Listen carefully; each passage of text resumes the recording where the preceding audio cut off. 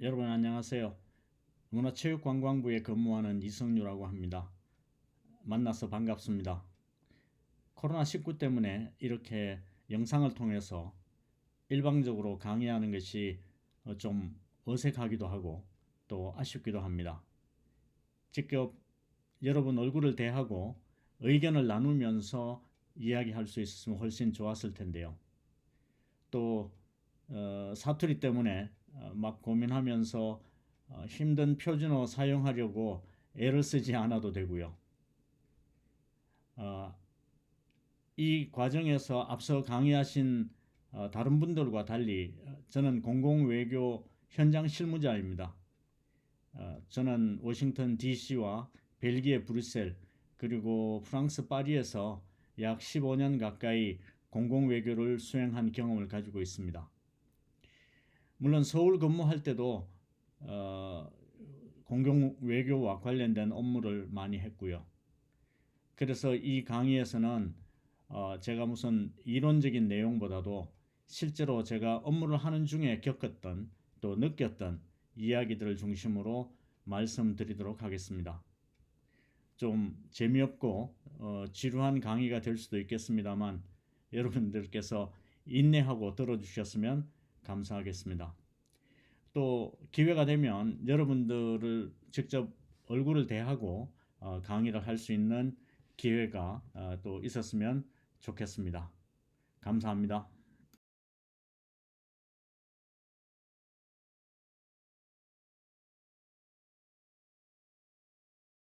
이 시간에는 공공외교와 미디어에 대해서 알아보도록 하겠습니다. 공공외교에서 미디어가 어떤 역할을 하고 실제로 어떻게 활용되는지를 사례를 통해서 살펴보도록 하겠습니다.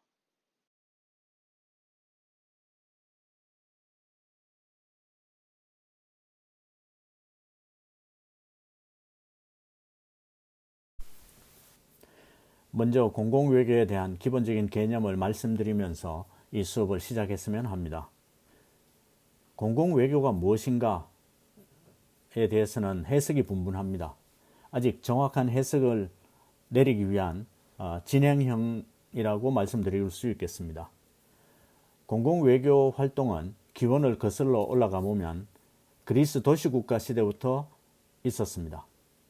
전통 외교가 전부라고 여겨졌던 시대에도 문화외교, 비공식 외교, 신외교 등으로 불리면서 전통 외교를 보완하는 수단으로 사용되었습니다.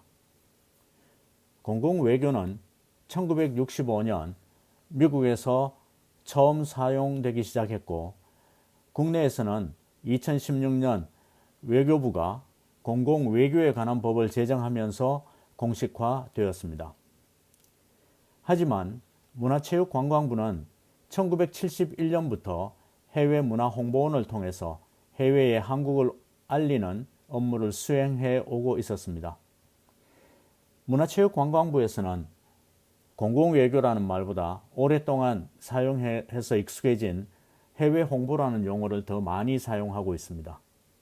여러분들이 혹시 공공외교 외에 해외 홍보라는 이야기를 들으시면 이게 문화체육관광부나 이런 데서 아직도 사용하고 있는 용어라고 그렇게 이해하시면 되겠습니다.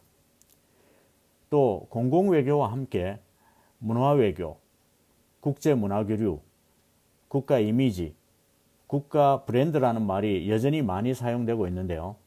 이 용어들은 공공외교와 차별해서 설명하기가 쉽지 않습니다. 따라서 공공외교의 발전을 위해서 관련 용어와 개념들이 학계와 전문가들의 수기를 거쳐서 정리될 필요가 있다고 저는 개인적으로 생각합니다. 이 강의에서는 혼선을 피하기 위해서 공공외교라는 말로 통일해서 사용하도록 하겠습니다.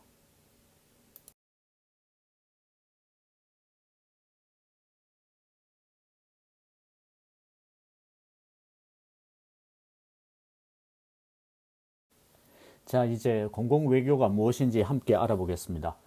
앞선 수업에서 이미 여러분들이 많이 들어서 익숙한 내용일 것입니다만 간단하게 정리하고 지나가겠습니다. 공공외교는 1965년 에드먼드 글리언이라는 사람이 처음 사용하기 시작했습니다. 에드먼드 글리언은 공공외교를 대외 정책 수립과 집행에 있어서 대중의 태도에 영향을 미치는 모든 활동이라고 정의했습니다.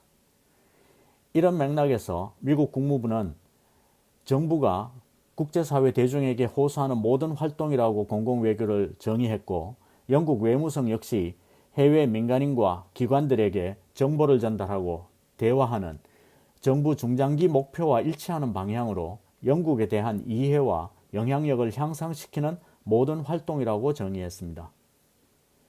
우리나라 외교부는 외국 국민들과 직접 소통을 통해 우리나라 역사, 전통, 문화, 예술, 가치, 정책, 비전 등의 공감대를 확산하고 신뢰를 확보하여 외교 관계를 정진시키고 국가 이미지와 국가 브랜드를 높여 국제사회에서 우리나라의 영향력을 높이는 외교 활동이라고 이렇게 길게 정의를 내렸습니다. 이 외에도 여러 학자들이 나름의 정의를 내놓고 있습니다. 그렇지만 이러한 정의들을 마치 우리 체에 걸르듯이 탈탈 틀어보면 전통 외교와는 다른 몇 가지 특징적인 중심어를 찾아볼 수 있습니다. 첫째, 당연히 외교이기 때문에 주체는 정부입니다. 두 번째, 이게 굉장히 중요한 건데요. 대상이 해외 대중이라는 것입니다. 그래서 퍼블릭 디플로마시라고 불리게 된 것이죠. 퍼블릭이 바로 대중이라는 거죠. 셋째, 사용하는 방법이 경제력이나 군사력이 아니라 문화와 역사와 예술과 가치, 전통 이러한 것들을 대화와 설득을 통해서 전달하는 것입니다.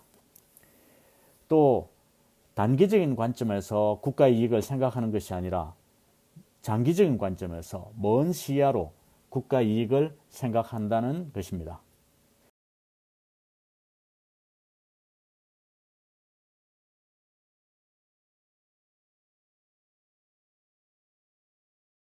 이와 같이 공공외교의 특징을 전통 외교와 비교해서 그림으로 나타내 본 것입니다. 그림이 잘 이해가 되시나요?